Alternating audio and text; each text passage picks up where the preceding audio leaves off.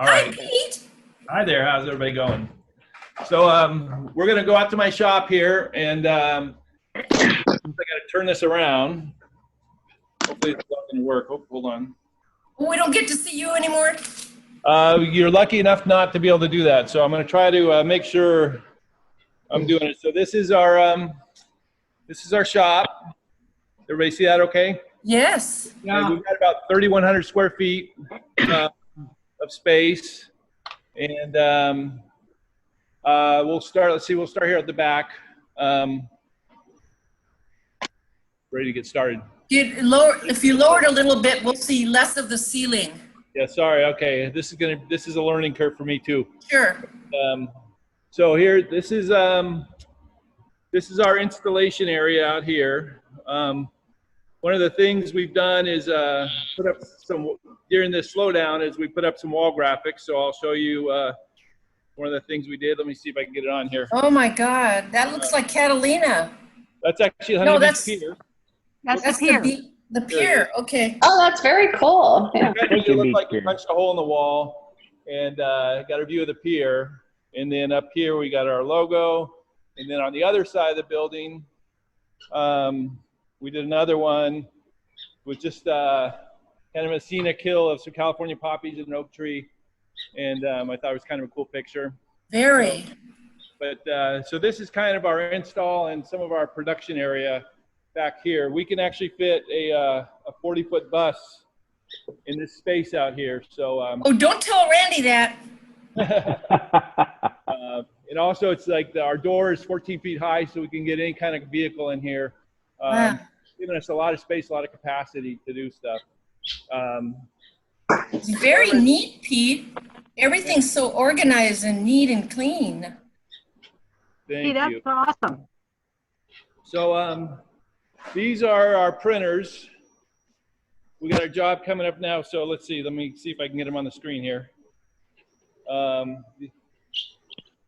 These are our two printers. So we've got, they're Hewlett-Packard, what we call latex printers. And they use a latex, it's a water-based latex ink. There's 6 colors in our printer. So there's, it's called CMYK is the printing process. Sorry about this. I'm trying to get this right. Hold on. We got a job here that's about to start printing. Yeah, so right now the heaters are coming up to get that going with the printer. So that'll just take a minute. So these printers, they use, it's called CMYK, which stands for cyan. And I'm sorry, I'm trying to get this right. Cyan, magenta, yellow, and black are the inks we use. But also then our printers use to help get better color saturation. They use a light magenta and a light cyan.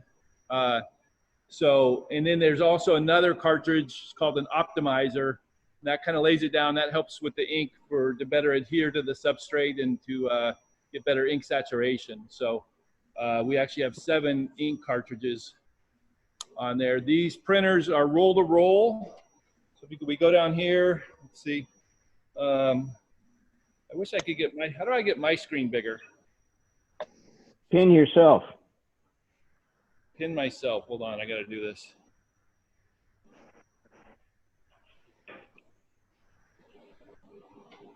Pin video. There we go. Okay, there we go. I can at least see better what I'm showing you guys. This is Dennis. Dennis is the heart and soul. Hey, Dennis. Dennis! I just write the checks, and I could not do anything at this company without Dennis.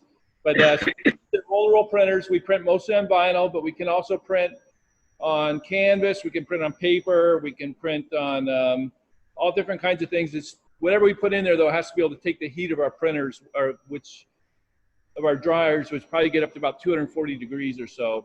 Wow. So it's not unlimited what we can print on, but there's a pretty wide variety of stuff. We print on banner material, all kinds of different stuff. There's certain fabrics we can print on. So now you can see it starting to go. And you can see a close up here on the little screen. Let's see if I can get it. That's what we're printing, these decals. Oh, wow. Laser. So you can see it starting to lay down the ink. No, is this the same thing you use for vehicle wraps? Yes, the same thing. So what we're going to do on this is we're going to print this on the vinyl, and you can see it's printing a little barcode, and that's because the barcode is actually because we're going to cut this later. So the barcode basically tells the cutter, the plotter that we use, what file it's going to cut. Oh, Wow. that's very cool. So That is so cool. What is the actual time it takes to print, say, like certain sizes? Is there a... we can print, and there's different speeds we can set this to depending on how many passes. We typically print on a 10 to 12 pass, gives us good saturation. Let's put it this way, the rolls of vinyl we print on are 150 feet long, and if we were to print an entire roll at once, it would probably take about 4 or 5 hours to print a 150-foot roll. Oh, wow. Okay. So it's fairly fast, and we can speed it up if we need to, but you lose some print quality if you go faster. And certain things you do, though, you don't need the print quality as much. So so here we are putting these decals out, and you can see on some, I don't know if you can notice, but it's because we're going to cut this, it's printing the text and stuff kind of fat, because then when the printer comes, it'll trim it all off, and that gives us some little fudge room if the cutter's off a little bit. And we'll wait 1 second here. It should start coming out the bottom.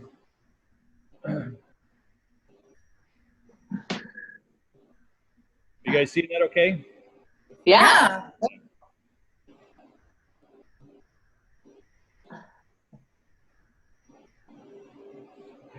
I'm learning from this because last week, Peter, I did a live video on one of my listings. And, Yeah. you know, when you're doing it for the first time, obviously it's, you know, new. It is hard, yeah. We're going to master it, Pete. We'll figure it out eventually. And yeah, you pinned yourself so that you have a full screen of. now I can see a little better, yeah. Yeah. Definitely helps. So this printer is actually about 5 years old. The other one's like 4 years old, but they've been pretty reliable. We're starting to have a few little maintenance issues with them and stuff, but for the most part, they're very reliable. And the technology on these printers hasn't changed a lot over the time period. So even though the latex printers are kind of the newest in the business, there's other printers out there that use like what they call solvent inks. And but these on this, the advantage of this is when it's done printing, it's ready to use. On the solvent printers, you actually have to let the ink outgas before you can laminate it. So here it comes out at the bottom. Cool. So now it's by the time it's cut here, it's almost dry. So there's these are heaters, these fans for the heaters up here. Whoops, sorry, I gotta get my hand off that. So it's blowing basically just hot air onto the vinyl, and comes out. So once that finishes printing, you ready to laminate? Okay, what we do, yeah, he's got to take that up a second. The next stage in the process then is to laminate it. We laminate pretty much all the vinyl we print, and this is our laminator. This machine is actually probably, I bought this used when I bought the business, and this thing's probably over 20 years old, but it's a workhorse, and they really haven't improved the technology of these things too much. So I'm going to keep using it till it keeps working. As long as it keeps working, it's basically just a big electric motor with some spools on it. So, and what the laminate does is several things. It keeps the ink from getting scratched. It keeps the ink from getting, if it's on a vehicle, it gives it UV protection. It also, like if it's on, especially if it's on a vehicle or even on like this equipment, if any kind of cleaner or solvent gets on the material, it protects it from that. So anything that, you know, say if gasoline were to get on the ink, it might take the ink off. So with the UV laminate on there, then it's all protected. So, so what we do is we load the laminate up here on top. Then we take a piece of the printed vinyl and we web it up. So Dennis is, you He's webbing everything up right now. Whoops.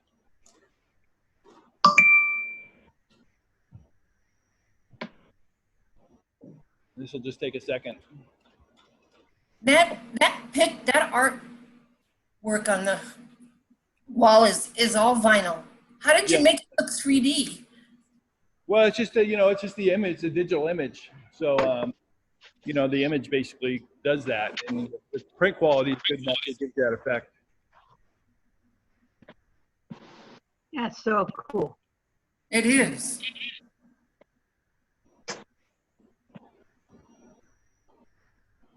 All right, so now we're ready to run this piece through the laminator. So it's going to come out the other side.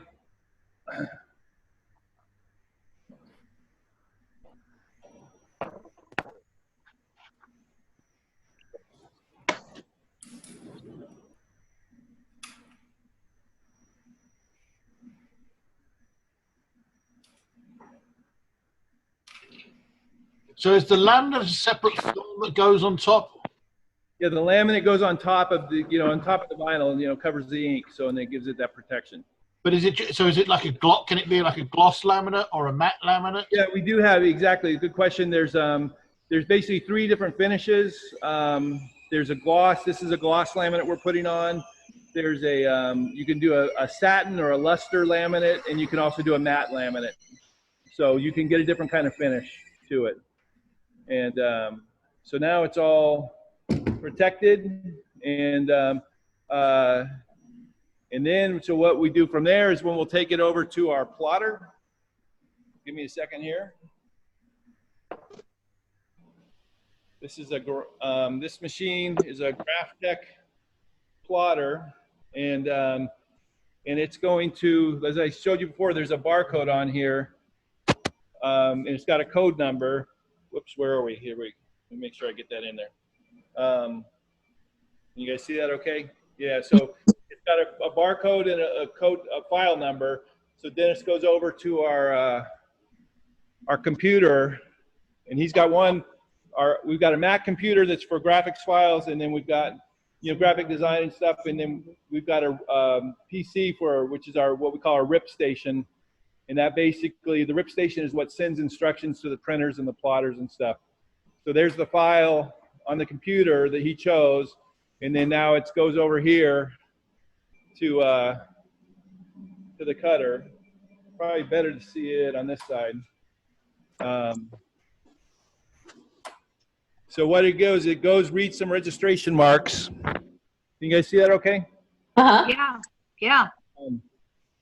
It reads some registration marks, and it knows basically where the graphics are, and then it just starts cutting. Wow. Wow, very nice. And do you have to change the blades in there? Yeah, well, the blades, last so long, and then they last a fairly long time, depending on the material, and so we buy just kind of packs of like 5 or 6 blades at a time, and they last a long time. That's so cool.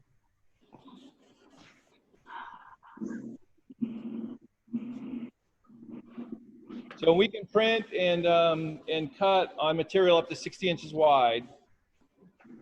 The most common material we use is 54 inches, and the main reason for that is actually the graphic installers like that because it's the width of the materials, one person can hold it.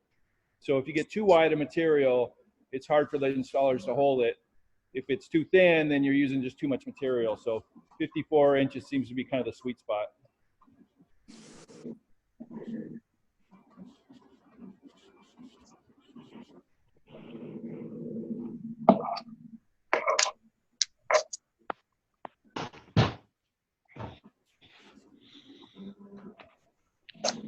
So it takes a while for this to go through. I'll show you a little bit more. Cutting out all these letters.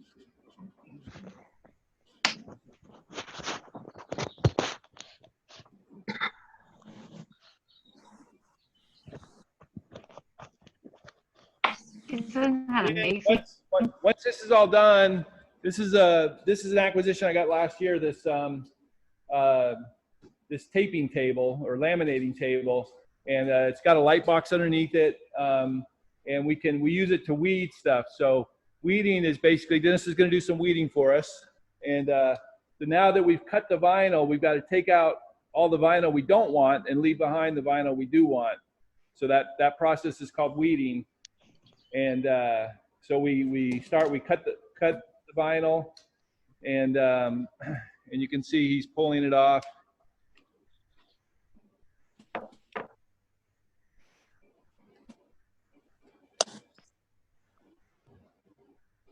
And then once we weed it, then you got to pick out all the parts in the middle.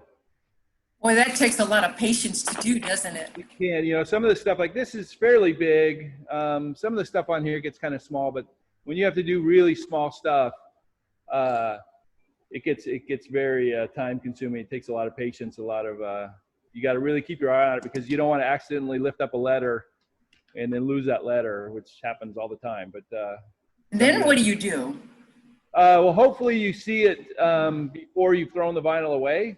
Okay. And sometimes you got to sit there and pick it out of a wad of vinyl and retrieve it and get it back on there. Worst case, sometimes we got to reprint something and do it again. So Ooh, that's costly. and then that's costly. So we try to avoid that. So we can really, anything over a ½ inch is weedable. If it gets smaller than that, then it just becomes it's too hard to manage it. And there's not enough, you know, surface tension of the vinyl itself to stay on the paper, so everything wants to lift up. So they do have some machines that you can run this through that'll weed it, and I've watched them at trade shows and stuff, but I don't think they're accurate enough. They lift up stuff, so I haven't invested in one of those. Hey, what sort of cost would a machine like that be? A weeding machine? Yeah. There's different ones. There's some are fairly cheap because they're like a hand crank almost, and but other ones, like, they have these big, huge, massive machines. So, like I said, I've never seen a demonstration of one that gave me enough confidence to use. So I've never really investigated, you know, the budgeting of it. So,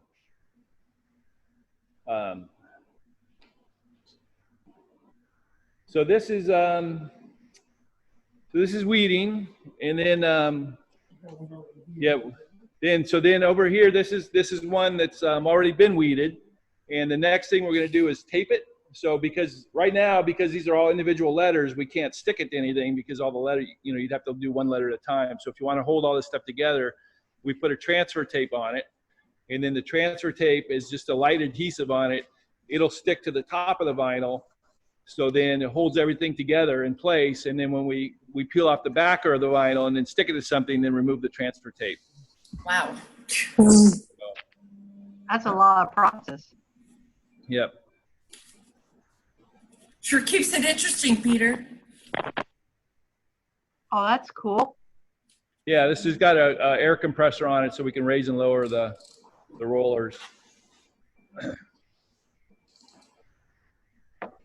And it's got a cut mat on there, so we can cut on this table.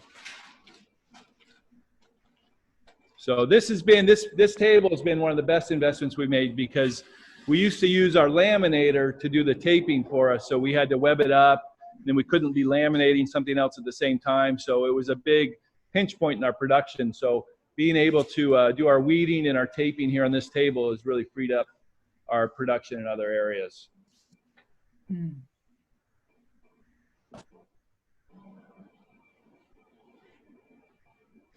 So now this basically it's ready to ship. Yeah, this is actually 2 decal sets, so we'll trim them into 2 pieces, but then we ship this off to the customer. So these are actually going to the customer's factory. They just opened a new factory in Texas, so we have to overnight these tonight to them. Here's another fun thing for you. This is sometimes when we want to get the color right on something, we do a color test print. So we have this kind of pain in the butt customer we're working with right now, who wants to turn his little mini trailer into look like an Airstream. And he's real picky. He's giving us a lot of stuff. We want to make sure that we got it right. So we did a test print of what that trailer is going to look like, and came out with the colors. And the one on the bottom, we think is the one that's going to be the better color for us. I wonder who that could be. What? Well, I don't like to say names, you know. I understand. So, but anyways, that's over here is where we kind of keep all our end rolls of vinyl. This is something I've got to learn to do better at, because you get down to, you know, you pay a lot of money for this vinyl, and then you get down to the end, and it's not enough to use for a job, but it's too much to throw away, and so it tends to just kind of pile up here. So every now and then we have to do kind of a clean out. But this is all the vinyl. All this white stuff is what we print on. And the reason we're printing mostly on white vinyl is because our printers don't have white ink. And so any white we have in our graphics comes from the vinyl itself. But there are jobs where we're like, maybe we're just cutting only, or we're doing a color change on a vehicle. And then we have all kinds of different colored vinyls that we have here. And these are all kind of end rolls and open rolls of the different colors we use. So that works too. And then this is our scrap pile here of just stuff. You never know when we might need that color, or it was a printing error or something like that, and we use it for samples or all kinds of stuff. So this is just our scrap bin. Now the one last thing, the other printer we bought when we moved in here, this is our big beast. This is our flatbed printer. Look at that. It's huge. Yeah, this is Oh big my printer. gosh. This printer, it does have a roll-to-roll capability, but we'll also print on a board. You can go ahead and start it up. So we'll do a test print on this, and you can see it. This printer still uses a CMYK color process, but whereas the other printers use a latex ink, which uses heat to dry, this uses a UV ink, so it uses actually UV light to dry it. And this printer can print on any flat substrate up to 2 inches thick, and up to 8 feet wide. So we can print like on a 4x8 board. We can do 8-foot banners using the roll-to-roll feature. Basically, this will print on anything that'll take the ink. So it's kind of unlimited. We could print on a door. We could print on, mostly though, we're printing on foam board or PVC board or metal or acrylic, things like that. And so right now we have a PVC board in here, and Dennis is going to fire this up and print a sign for us here. Take a minute for the lamps to get going. So the first thing the ding does is it measures the board. So we had the board loaded, but it backed it out, and it's gonna once the lamps get going here, it's gonna do its thing, and it verifies the thickness of the board, and it verifies the width of the board.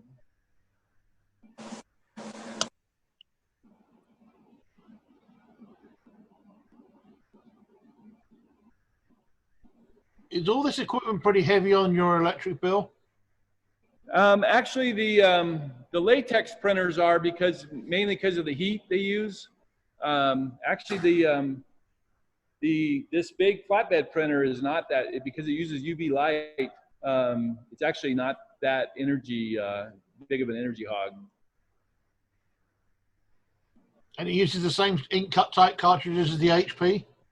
Well, this is an HP printer. It uses bulk ink. So their boxes, we buy 3-liter boxes of ink at a time, and but it is a different type of ink. It's not the same ink. This is a UV curable ink, whereas the other one is the latex heat curable ink.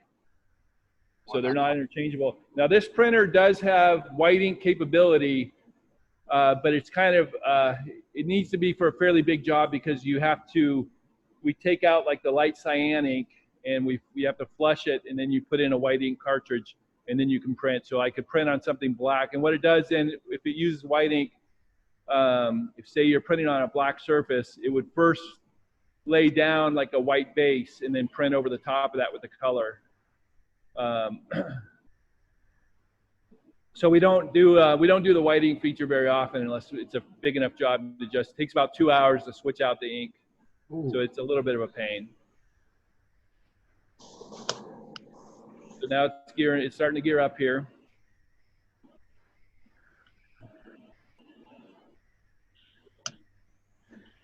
Pete, I have a question. Sure.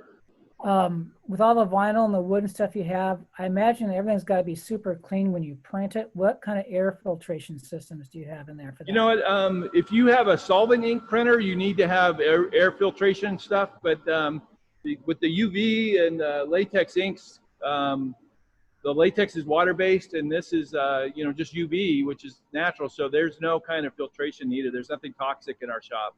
Okay. Yeah. But does dust become an issue? Is what? Dust an issue? Dust is an issue mostly with, it's a little bit of an issue, especially you don't want to get a lot of dust around, like when we're laminating. You don't want to get dust in between the two layers. You obviously want to have a clean substrate. So like anytime we print a board, we wipe everything down with alcohol first.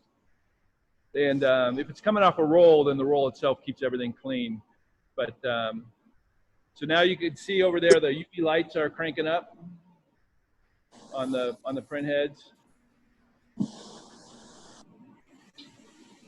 This thing makes a lot of noise. It's compared to our other printers. Cool.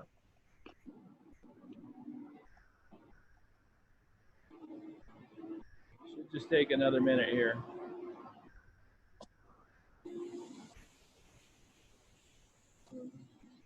Let's see if it'll tell us how long it's going to be.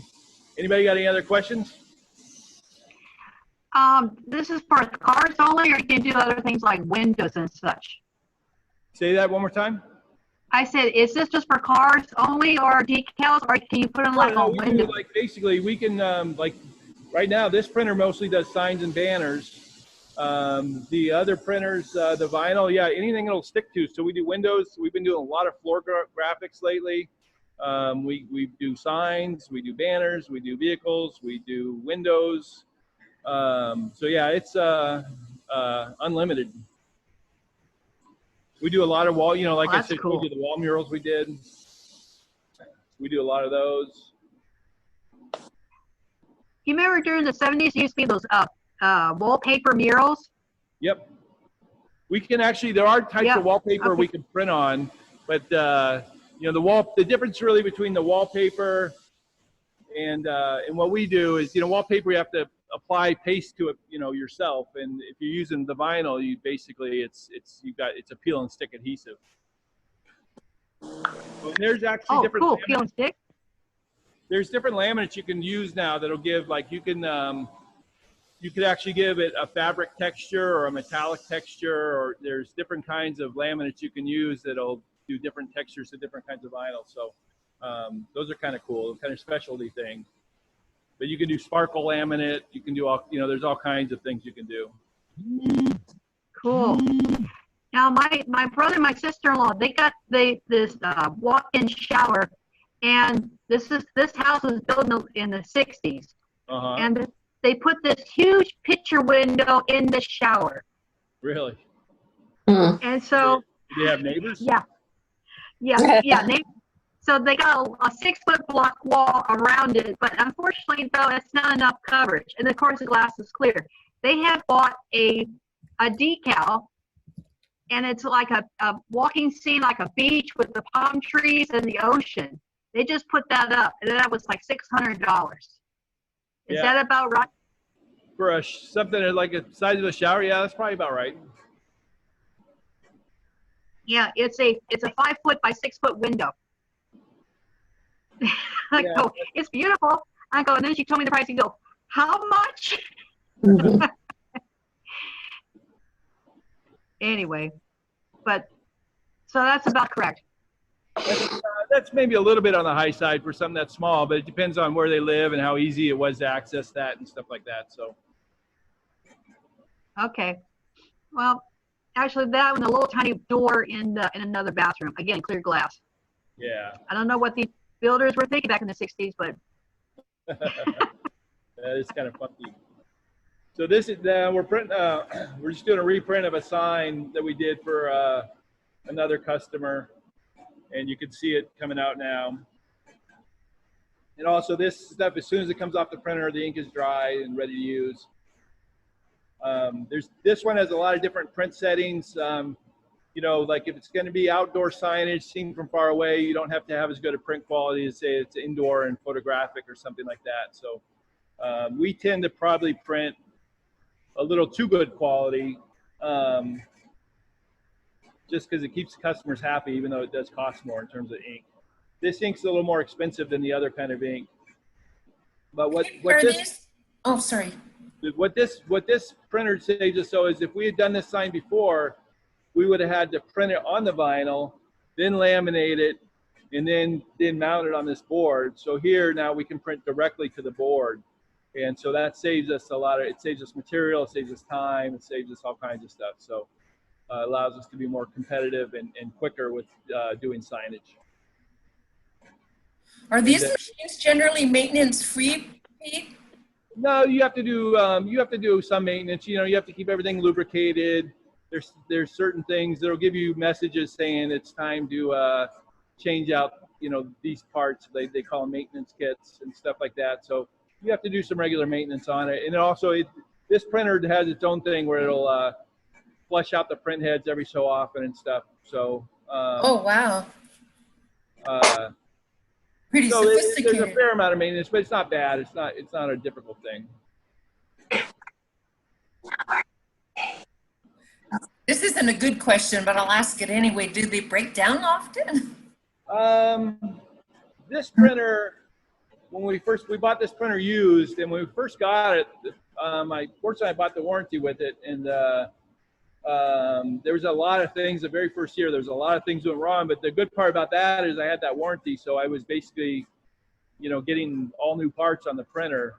And so kind of after that first round, there was one issue we had that like 3 times that the same thing broke, but we kept getting it replaced. And since then, more recently, this has actually it's starting to become more reliable. Uh-huh. So I don't know if the previous owner just didn't use it a lot or didn't maintain it very well or what, but